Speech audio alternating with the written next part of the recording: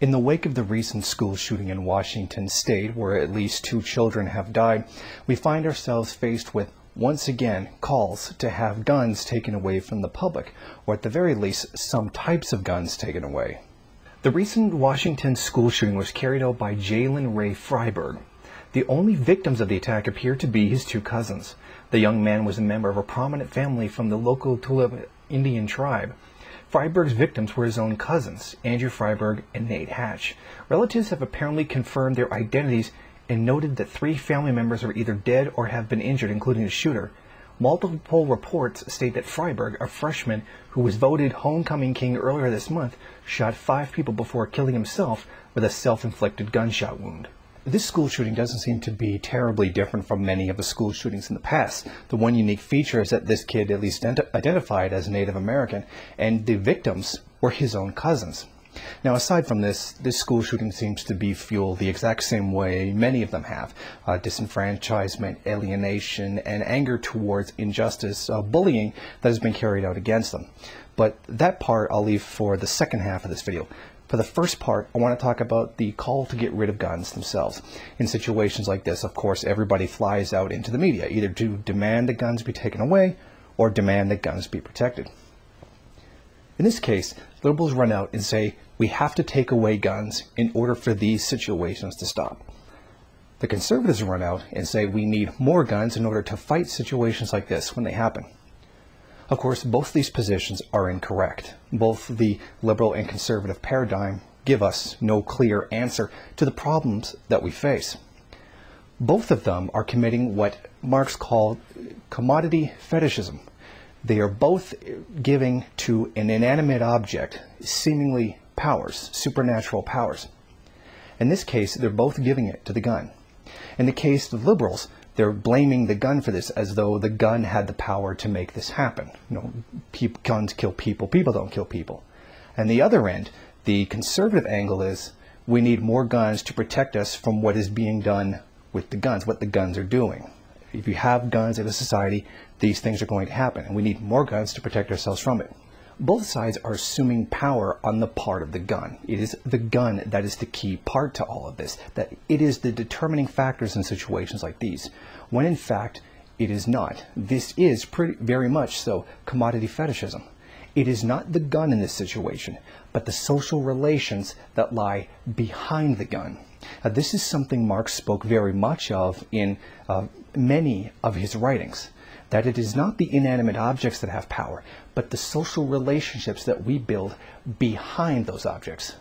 Money is a prime example of this. Every commodity has a twofold value contained in it. It has a use value and an exchange value, which are in contradiction with each other. Use values vary wildly from commodity to commodity, while exchange values is usually uniform and qualitatively identical. A commodity's use value is what you do with it, how you experience it. The exchange value can be described as what you have to pay for it. So how much is it? This how much affects our ability to obtain and utilize the use values we want or need to have. The exchange value does not dominate, but it can affect the creation of use values. David Harvey uses the example of a house. We want to have a particular experience with a house, but we may not have all the money needed to have everything we want in it.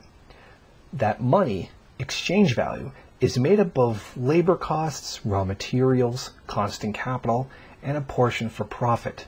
The exchange value of the house has affected our ability to create a use value. The exchange value is a measure of value.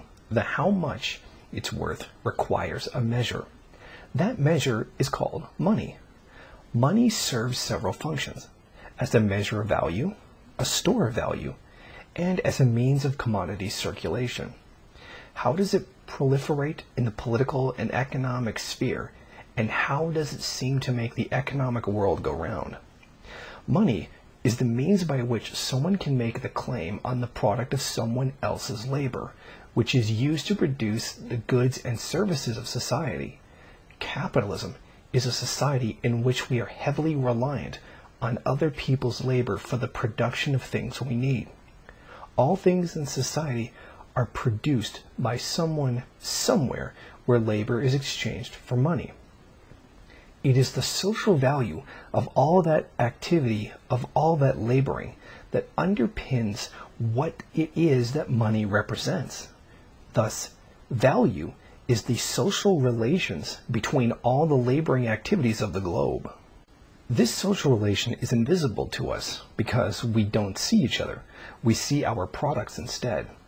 This relation creates moral and ethical values that have real objective consequences. Value is what makes some commodities cost more than others.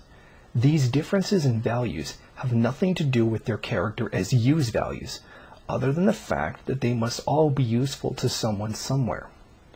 It does have everything to do with the social labor involved in their production. This value is invisible, but it needs a physical existence in order to be used. That physical existence is money. Money is the material manifestation of value and is a representation of that value. In money, there is a gap between its physical representation and the social value it represents. David Harvey uses the example of a map. It can do a good job of encapsulating the relative value of social labor in some respects, but in others it fails to do so, even misrepresenting it. This is just like the map. It can show you the way through a mountain, but it can never describe everything about the passage or about how hard it is to climb. Money is inseparable from, but distinct from, the social value that makes up its value. Money hides the immaterial social labor, value, behind its material form. What we see is the representation of money and not the reality of that value which money represents. This causes us to end up interacting and believing in something that is false. Just as we can't see social labor in a commodity, we cannot see the nature of social labor in the money that represents it. It is important to note that money cannot be separated from the value it represents. Value cannot exist as an immaterial social relation without money, because the commodity exchanges it facilitates gives it this power. This value cannot exist without the physical representation of it and the act of exchange. Money and value are in a dialectical relationship. This is how money appears to have power in our society. In reality, it doesn't. It's actually an inanimate object. That real power is the social relations behind a system where money is used as a physical representation of value. The same is also true of guns. Guns in themselves are inanimate objects. What they do is only what people make them do. In this case, we understand the conservative position to be far more rational than the liberal position. It is true, guns don't kill people. People kill people. It is the social relations that exist behind firearm ownership that is surrounding or with the driving cause of these deaths.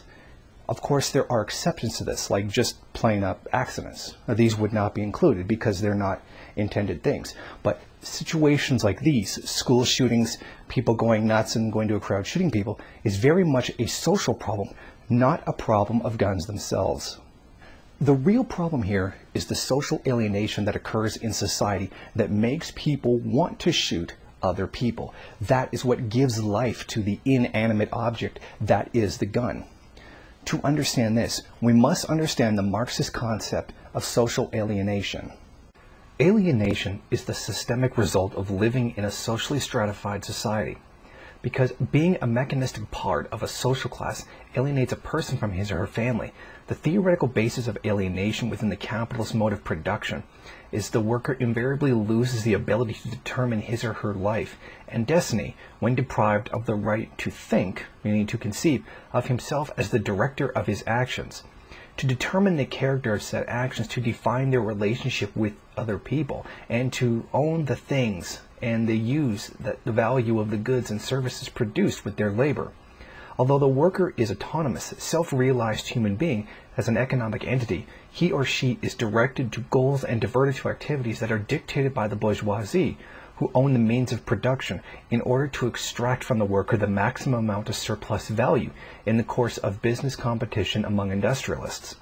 In the capitalist society, a worker's alienation from his or her family occurs because the worker can only express labor, a fundamental social aspect of personal individuality, through a privately owned system of industrial production in which each worker is an instrument, a thing, not a person. Marx explains alienation thusly. Let us suppose that we had carried out production as human beings. Each of us would have, in two ways, affirmed himself and the other person.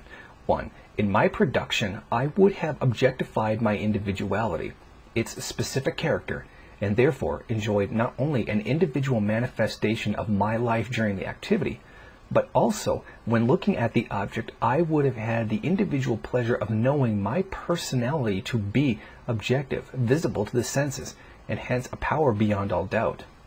2. In your enjoyment or use of my product, I would have had the direct enjoyment both of being conscious of having satisfied a human need by my work, that is, of having objectified man's essential nature, and of having thus created an object corresponding to the need of another man's essential nature. Our products would be so many mirrors in which we saw reflected our essential nature. The species essence, the nature of a person, is not detached from their activity as a worker as such. Species essence also comprises all of their innate human potential as a person. Conceptually, in the term species essence, the word species describes the uniquely human traits that are characterized by a plurality of interests and psychological dynamism, whereby each person has the desire and the tendency to engage in varied activities that are practically and emotionally benevolent by means of social connections with other people. The cognitive value of a person consists in being able to conceive of the ends of his actions as purposeful ideas, which are distinct from the actions required to realize a given idea.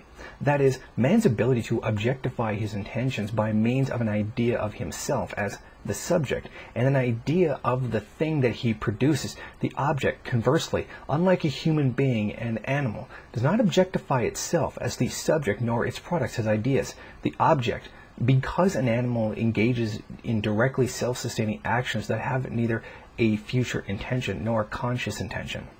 While a person's human nature, their nature, does not exist independent of a specific historically conditioned set of activities, the essential nature of a human being is actualized when a person, within their given historical circumstance, is free to subordinate his will to the external demands he has imposed upon himself by his imagination, and not the external demands imposed on him by other people.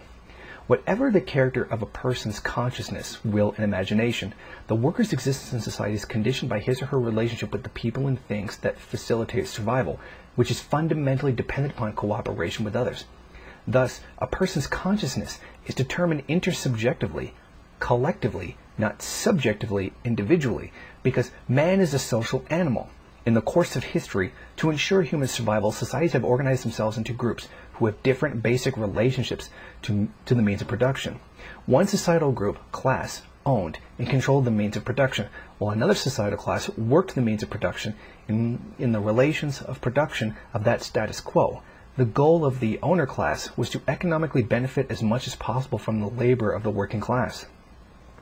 Moreover, in the course of economic development, when a new type of economy displaced an older type of economy, agrarian feudalism superseded by mercantilism, in turn superseded by the Industrial Revolution, the rearranged economic order of the social classes favored the class who controlled the technologies, the means of production, that made possible the change in the relations of production.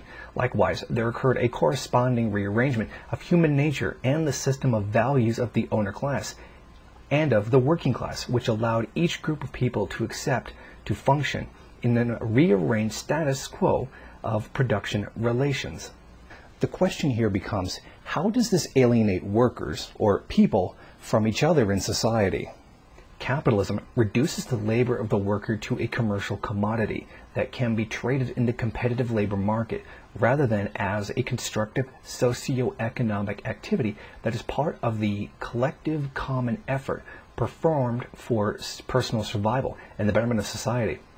In a capitalist economy, the businessman who owns the means of production establishes a competitive labor market meant to extract from the worker as much labor value as possible in the form of capital.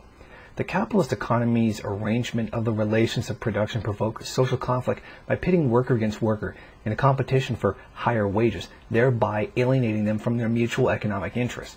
The effect is a false consciousness, which is a form of ideological control exercised by the capitalist bourgeoisie. Furthermore, in the capitalist mode of production, the philosophic conclusion of religion in justifying the relations of production facilitates the realization, and then worsens, the alienation of the worker from his or her humanity. It is a socio-economic role, independent of religion being the opiate of the masses. It is the capitalist mode of production that causes us to have the poisonous social relationships between each other. Our social life being determined by the economic relations of the capitalist system is what puts our particular relations with each other in a particular way that drives this kind of virulent antisocial behavior. This divide that's created between people is not much different than the divide that existed between slave master and slave. Being those two divides, the master and the slave was seen as less than human. Thus it became normalized to treat a slave as less than human. And this is just another example of a similar phenomenon. This is why we end up in the situation that we're in, which is why simply banning guns doesn't stop killing. It just doesn't work, because guns aren't the problem. People are the problem. The social relations between people in the society are a problem. Simply attributing this phenomenon to an inanimate object is fetishism, and fetishism in the original sense, meaning it is attributing supernatural powers to an inanimate object. Our goal here should be building better social relations through people by the abolishment of capitalism. We do not want to have a society that doesn't have guns. We want a society where nobody wants guns because nobody has a reason to use them against each other. Thank you for watching. Please comment and rate the video. If you liked it, hit subscribe or check out some of these other great videos. If you wish, share it on social media. While you're at it, why don't you follow me on Twitter? And if you got time, go on over to the MRN bookstore and check out some of the latest books available.